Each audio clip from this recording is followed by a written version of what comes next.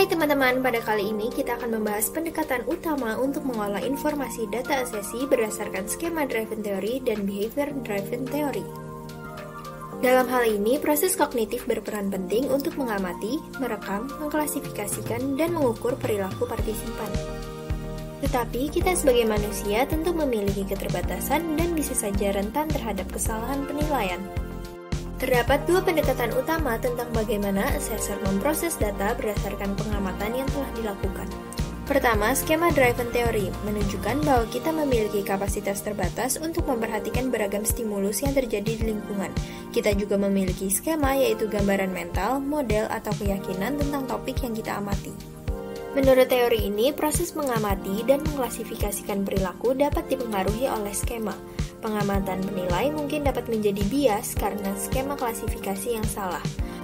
Oleh karena itu, penting untuk mengetahui kerentanan yang dapat terjadi terkait ingatan kita. Misalnya kita percaya bahwa orang yang lancar berbicara itu orang yang cerdas.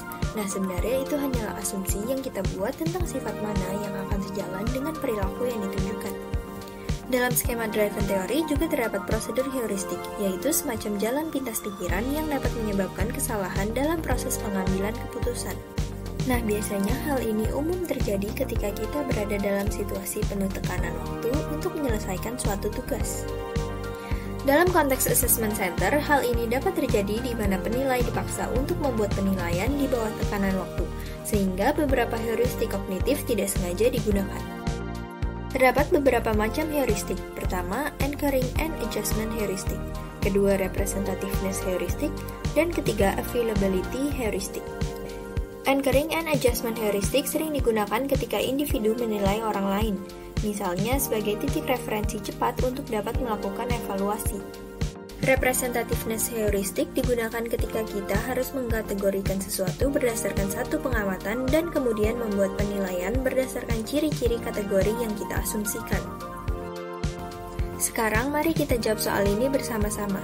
Laura usia 31 tahun, single, berbicara to the point, cerdas, jurusan ekonomi, dan gemar membahas isu tentang kesetaraan gender dan diskriminasi. Menurut kalian mana yang lebih mungkin? A. Laura bekerja di bank, atau B. Laura bekerja di bank dan aktif dalam gerakan feminis. Jawabannya adalah A.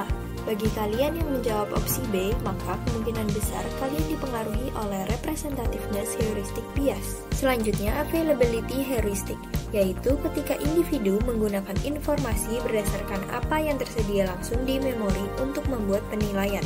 Jadi kita cenderung menggunakan ingatan yang paling mudah diakses. Nah, sayangnya belum tentu informasi yang paling mudah diakses itu menghasilkan penilaian yang benar. Pendekatan kedua adalah behavior driven theory, di mana teori ini sangat berbanding terbalik dengan skema driven theory. Teori ini menekankan bahwa asesor mampu mengamati dan mengingat perilaku tertentu. Pendekatan berbasis perilaku ini disebut juga sebagai pendekatan berbasis data.